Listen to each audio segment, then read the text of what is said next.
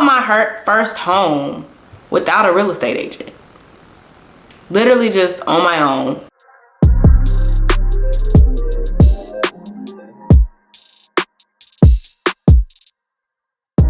Hey guys, I'm Amber and welcome to The Ambient Life. So in today's video, I'm going to be bringing you guys into the home portion of my channel. I was really praying and thinking about how I was going to launch the home portion.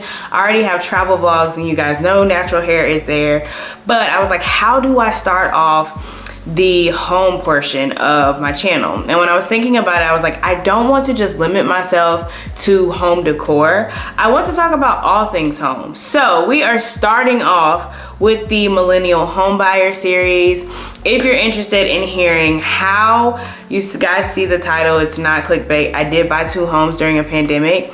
How I bought those homes during the pandemic, I'm gonna go through like expenses and ways to prepare to buy a home, and then we're gonna do like a mini house tour, and I'm gonna show you guys how you can repurpose and how you can use some of the items that you may already have in your apartment, or even if you're living with your parents or wherever you are, how you can repurpose your furniture and the items that you have in your new space as you begin furnishing and doing things of that nature. So if you're interested in hearing about that, then just stay tuned. All right guys, so let's get into it. I want to start by saying I am not a real estate agent. I am not a financial advisor. I am just Amber, who was blessed enough to be able to buy homes. And so everything that I will be speaking on in this video is from experience. And that's essentially what this is. I am sharing my experience with you and hoping that in doing so, you're able to find something that's helpful for you in this video. So I did want to get a little caveat because y'all ain't about to get me and be like, well, Amber said. No, I'm gonna share these things with you, and I hope that in sharing them, you find something that's helpful and insightful for your own personal experience. So let's talk about what to expect from this series. I'm really excited about this. Like I said, I was thinking about how do I start this off? Like, I like vlogging and doing those things, but when I started thinking about people's channels who I'm drawn to more now, I like the helpful, insightful, videos that give me information and things of that nature. So I was like, let me start there, and then there's a basis for me to build on, right? I can show you guys and you'll have the backstory on how we got here, how I got to this home. And so as I bring you into things that I buy or things that I purchase, then you kind of have that framework to start from. So that is why we're starting off the Millennial home buyer series this way.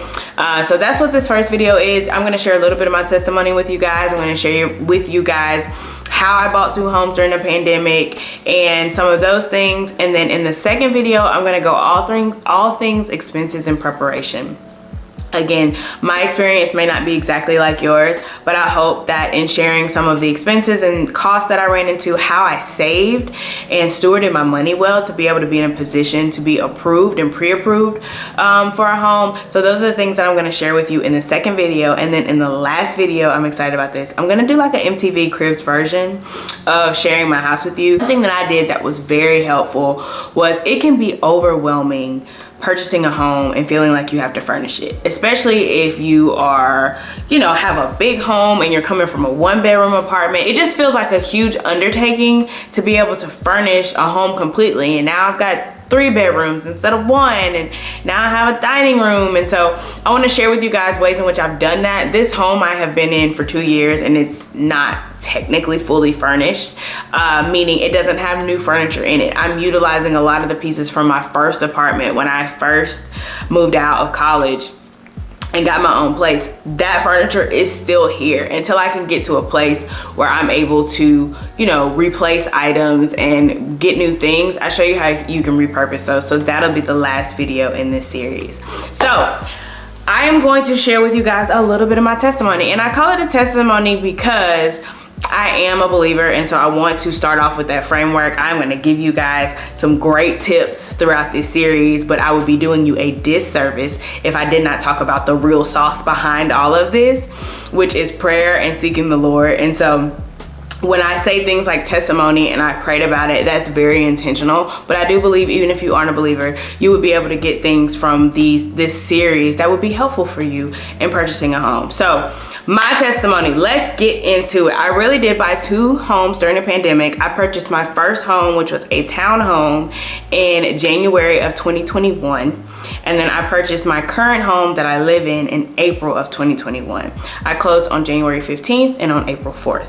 And so that is what, January, February, March to April, not even a full 3 months during the pandemic. And so let's get into my first home. And so for anybody who is currently renting, or you currently have a landlord, I definitely suggest this as a way to sort of get into home buying, especially if you're trying to get more into the investment side like me. I was renting a townhome from my landlord, and I knew I wanted to get into purchasing a home. So the first thing I did was my research. That is what I would say start with. Get the area that you're looking into, sort of know what you want as far as, I really want 3 bedrooms. It's just me, I really, don't need 6 or 7 bedrooms. I really want an office, I really want a first floor master.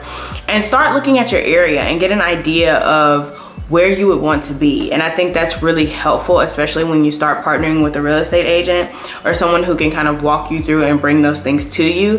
It's helpful to sort of know what you want to begin with. And so I was living in my townhome, I was renting, I was in my 2nd year of my lease.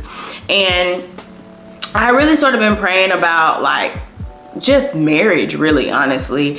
And I felt like the Lord removed what I call a lens of marriage. I felt like home ownership, especially for me as a single woman, was something that I would walk into once I was married. And so I never even really thought about buying a home. Not like in the sense of I wouldn't be able to do it financially, but in the sense of that's not something I should do right now. And the truth is that I can still purchase a home. I don't have to, that's not like one of the prerequisites. That's not like one of the things in the pre-approval, like, you're not married, so we're not gonna give you a home. And so once the Lord really removed like this lens that I felt like I had to wait until I was in something to be able to receive something, that I could walk into home ownership. So I started doing my research. That's the first thing. The second thing I did, I actually bought my first home from my landlord. So if you, for some reason, love the home that you're in, just have a conversation with your landlord. It may not be specifically the home that you're in, but they may have other homes that they're renting. So you should just touch base with them. And I literally just planted a seed. All I said was, hey, I was really thinking about sort of purchasing. I've looked at some of these homes around here. I kind of gave him the price point of the other townhomes in the area. And he just kind of in passing was like, well, if you ever wanted to buy, I would sell you this one. I was like, huh? He was like, yeah. He was just over there to change my air filters. And I just kind of, planted that seed and put it out there. And to make a very long story short, I planted that seed probably in August, September, and then he was actually trying to do another deal, and he was going to use the money from the sale of my townhome to actually purchase his other deal. And so we went through it. He provided, and this is what I talk about when I say, I'll give you the steps, but I'll give you the steps, but provision is real. He gave me the lender. He connected me with everybody that I needed in the process because he wanted to get this done as well. And so that's why I say, do your research, but also use your resources. Had I never opened my mouth and talked to my landlord, then I would have never been in a place and known that I would have all of these resources available. If you have a friend, or if you have someone that's a real estate agent, or recommendations of someone who in your life has bought a home and who they would recommend or who they would not recommend, those are also very, very helpful in the home buying process. And the third is, you can do it. That's the simple third step. I think one of the barriers to home ownership is that we think we're not able to do it. We think it's gonna cost too much money. We think we're gonna need this, that, and the third. Now, I will not get on here and tell you that you can't have your credit and your stuff in order. You will still need to have your things in order, but you're able to do that. You're able to take the steps to be able to put things in order so that you're in a proper position and you are an ideal candidate to be able to lend to. And that's really what it is being able to get approval and pre-approval for a home. But you can absolutely do it. Listen to me, if you are renting right now and your rent is over, I really would say anything over $1,200. Now, I am in the South. I am not in California. So take that where you want. You know, it's a little cheaper to live here. But if you are definitely, if you're in the South, if you're paying anything over $1,200, $1,300, even less than that, definitely less than that, you could afford a mortgage. I think the difference is we look at it and we say, man, I can't buy a house. And it's really not because you can't afford a mortgage. It's because of the down payment and those initial costs that we talk ourselves out of home ownership. When really you would be paying less if you bought a home from a month-to-month basis. So I wanted to share this with you so that you can know, and that's what this series is really gonna be about. I'm gonna lay out the expenses. I'm gonna show how you can prepare.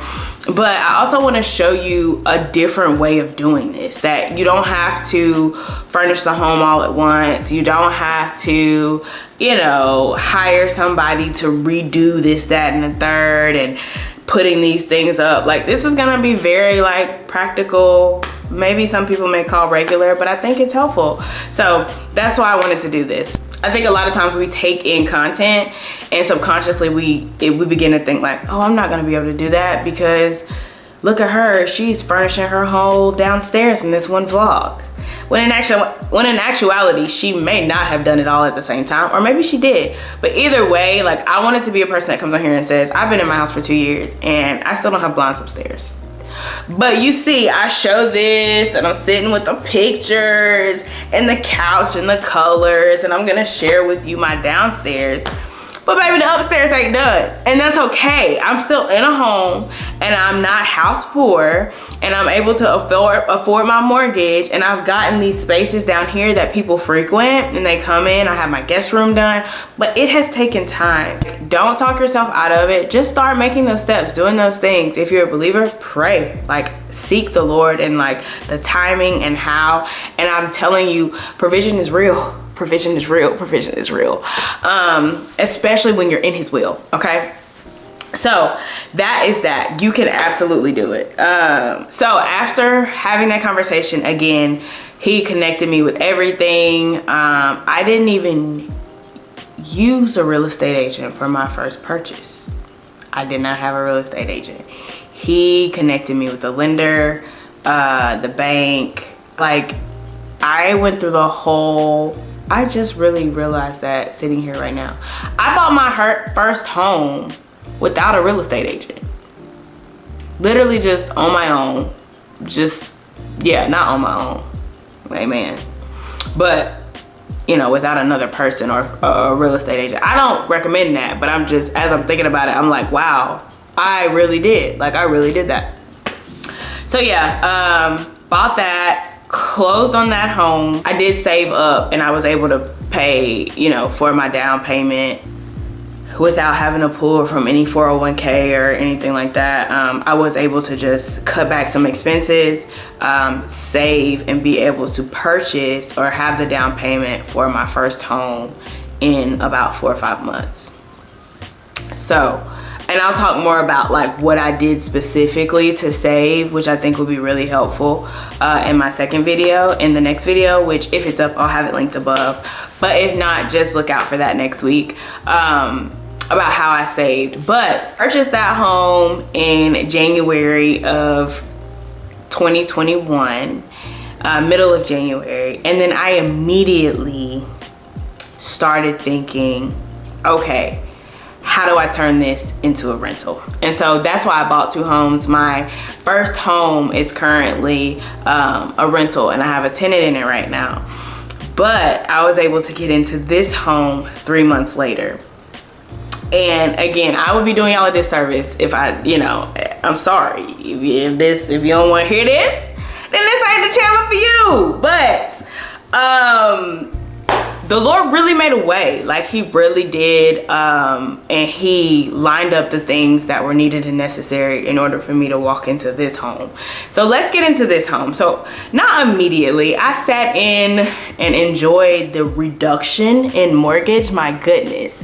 What I was paying in rent was about $600 more than my mortgage a month. So I saved a ton of money just by buying and coming out of, you know, a lease, going from someone who's renting to ownership. But I started, again, doing my research and tapping on my resources for the purchase of this home. I knew I wanted to be in a different area than my townhome, and I knew kind of what I wanted. Again, with the lens of marriage taken off, I knew, you know, I wanted a space that felt like mine, things that I can enjoy right now as a single person. And I knew for me, like, I was going back and forth about getting this big house, but it's like, why are you wanting a big house? And do you really need a big house single? Again, without the lens of marriage, not, well, I'm gonna get married and I don't have kids. No, right now, because I've already seen him do it, right? I've already seen the Lord be able to provide. And I knew that if the time came, like when I got married, if we wanted to purchase another home, I wasn't like boxed into this one. I could sell this one. I could do what I did with the last one and rent it out. And so, or if I moved, I could just sell it. I think another reason why let me not speak for all of us. Another reason why I didn't really think of home ownership is because I'm like, I'm single. I'm not gonna be in this city for much longer. I might move here and I might move there. And that may be true, like, especially if you are very nomadic and you're like, I only wanna be here for this amount of time and then I'm out. Like, I'm very here and there. Then you may wanna think it through. But I was like, I know I'm gonna be here for at least a year or two. And so I'm like, let me purchase a home. So I knew what I wanted. I knew I wanted a first floor master. I knew I wanted an office because at this point, we're coming off of the pandemic. I'm working from home. I knew that was something that I wanted. And I started doing my research, finding the areas, finding a price point based on the calculations of like, okay, this is what I want to pay for a mortgage. This is, the type of area I want to be in. I want to be near this and that. So I did my research. Then I tapped into my resources. So I have a friend who's a real estate agent. I started talking to her, kind of putting a bug in her ear, like, hey, I think I want to buy my second home. I'm going to turn this into a rental. And so I really want to start looking in this area. So I connected with her, and again, provision. She was out showing to another client of hers in my neighborhood. And she was like, hey, I'm out in this neighborhood. I know you had done your research and, this is sort of the floor plans and the things you were looking at. There's a house on the corner. Would you, want to come look at it? And because I had done my research, y'all, I already knew this house before I walked into it. I had seen this floor plan online and I knew this was what I wanted. And so she got us in here and I was able to walk through it and see it and prayed about it. And I didn't move on it really for a long time. I started though to prepare to do the same things that I'll talk to you guys about in my next video to sort of save. Now I did have to take out of my 401k to do this purchase, but I started doing that. And then the second thing was, with buying a home so close together, your expenses and what you're using and what's coming in and out of your bank account is very important. And so I had to be very careful about what I was doing. I even gave in an offering to my church and I was like, yo, I'm about to, take this money out of my account. This ain't gonna cause no problems, is it? Like, I just wanna be cool. And so I had to be really intentional about my finances during that period. And the second thing was, I had to find someone to rent out my home in order to be able to prove and show to the mortgage companies that, like, hey, you know, I can afford this, and yes, I did just buy a home, but I already have revenue coming in from it. I took a property management class, and I was like, let me get my property management license. Let me get the things in order so that I know how to, you know, manage this property well when the Lord does bring a tenant. And he did, brought a tenant. Somebody came to me, one of my really good friends, and was like, hey, you know, I know you had started saying that you were thinking about turning your current home into a rental. You know, I'd be open to renting it. And so I drafted up a lease, again, after taking the courses, and signed the lease, and was able to show the lease as proof, you know, to my lender for this home that, you know, I could afford it.